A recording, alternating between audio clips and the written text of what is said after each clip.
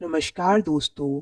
12th bipartite settlement से related जो आखिरी मीटिंग हुई है 27 अक्टूबर 2023 की, उससे रिलेटेड सर्कुलर जो AIBEA के द्वारा जारी किए गए हैं, उसमें मेनली उन्होंने 15% का जो ऑफ़र IBA के द्वारा दिया गया है उसके बारे में बताया है। लेकिन उसके बाद बेफी का ये सर्कुलर इशू हुआ है। ये बेफी जो कि एक यूनियन है, इन्होंने भी अपने सर्कुलर में उसकी जानकारी दी है और उसके अलावा उसमें और भी जो मुद्दों पर चर्चा की गई है उसके बारे में भी जानकारी दी है, जो आपके लिए जानना ज़रूरी है। अतः वीडियो को अंत तक ज़रूर देखिएगा ताकि उस मीटिंग में क्या-क्या और डिस्कशन हुआ है वो सभी आपको पता चल सके। तो ये देखिए, ये bank employ federation of India BEFI union है, उसके द्वारा ये सर्कुलर जारी किया गया है 28 अक्टूबर 2023 को। नेगोशिएशन कमेटी मीटिंग जो हुई है उसके बारे में, तो इसमें कौन कौन सी यूनियन ने पार्टिसिपेट किया, सबसे पहले इन्होंने ये बताया है। तो UFBU ने AIBEA, NCBE, AIBOC, INBEF, INBOC, NOBW, NOBO और बेफी वगैरह के अलावा तो ये सभी यूनियंस ने यहाँ पर पार्टिसिपेट किया है। और इस मीटिंग में जो मेन मुद्दे रहे हैं हम उस पर अब नज़र डालेंगे। During the meeting, IBA negotiation team offered 15% increase over the cost of payslip component।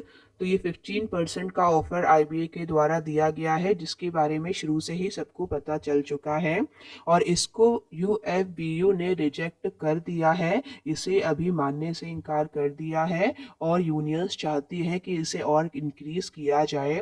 हालांकि जो जानकारी मिली है उसके अनुसार IBA इस ऑफर को 20% तक बढ़ा सकता है। इससे ज़्यादा मुश्किल है कि IBA ऑफर करेगा या मानेगा।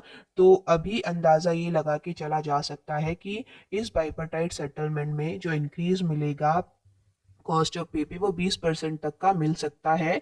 इतना बढ़ने के बाद आपकी सैलरी में कितना अंतर आएगा ये भी हम आपको नेक्स्ट वीडियो में ज़रूर बताएंगे। तो इस मीटिंग में मेन मुद्दा जो ये रहा, इसके बाद और भी टॉपिक्स पे डिस्कशन किया है, देखिए डिटेल में नीचे।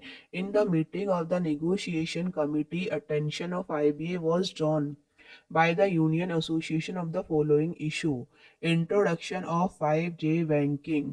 तो इसी मीटिंग में 5G बैंकिंग के बारे में भी चर्चा की गई है।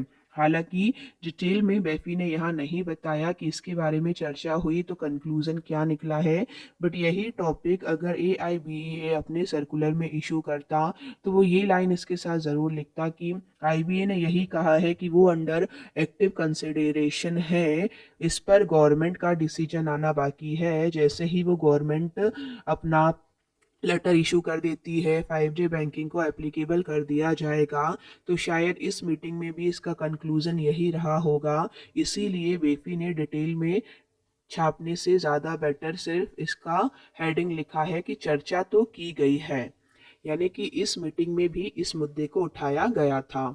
इसके बाद improvement of pension scheme, improvement of pension scheme पे भी इसमें बात की गई है और इस पर जो है सहमति जैसे कि नहीं बन पाती और फिर से उसे कंटिन्यू कर दिया जाता है कि अगली मीटिंग में भी इस पर डिस्कशन किया जाएगा। Pension updation, NPS to OPS, NPS to OPS पे भी IBA कभी डायरेक्ट एग्री नहीं होता है और उसका कहना है कि इस पे भी आगे चर्चा की जाएगी, इस मुद्दे को गवर्नमेंट के सामने रखा जाएगा, यानी कोई भी फाइनल सहमति OPS पर भी नहीं बन पा रही है। Premium of medical insurance scheme for retirees to be paid by the concerned bank। तो जो प्रीमियम होता है मेडिकल इंश्योरेंस पॉलिसी का, वो बैंक के द्वारा बियर किया जाए, ऐसा इनका कहना है। तो इस टॉपिक पर भी चर्चा की गई है। तो इन सभी मुद्दों पर भी उस मीटिंग में चर्चा की गई है, क्योंकि वो मीटिंग काफ़ी इम्पोर्टेंट मीटिंग थी जिसमें सभी यूनियंस ने पार्टिसिपेट किया था। हालांकि डिटेल्स में बहुत ज़्यादा नहीं बताया गया है, बट हमेशा जनरली यही चीज़ें होती हैं और वही चीज़ें आगे भी AIBA दर्शाता है, जो कि इस बार उसने अपने सर्कुलर में नहीं दर्शाया। तो बेफी ने ये अपडेट दिया है, बट उसका हालांकि कंक्लूजन यही रहा होगा। लेकिन हाँ, संभावना है कि 12th बाइपार्टाइट सेटलमेंट साइन होते होते 5G बैंकिंग का भी अप्रूवल गवर्नमेंट से आ जाएगा। तो इसके लिए मोस्टली दिसंबर तक वेट करना पड़ेगा। बाकी कोई भी अपडेट अगर मिलेगा तो तुरंत आपके साथ शेयर किया जाएगा। चैनल को सब्सक्राइब यदि नहीं किया है तो 12 बाइपार्टाइट इन्फॉर्मेशन पाने के लिए चैनल को सब्सक्राइब ज़रूर कर लें, क्योंकि आने वाले 2 महीने बहुत इम्पोर्टेंट है, जिसमें आपको काफ़ी सारी जानकारी महत्वपूर्ण मिल सकती है। धन्यवाद।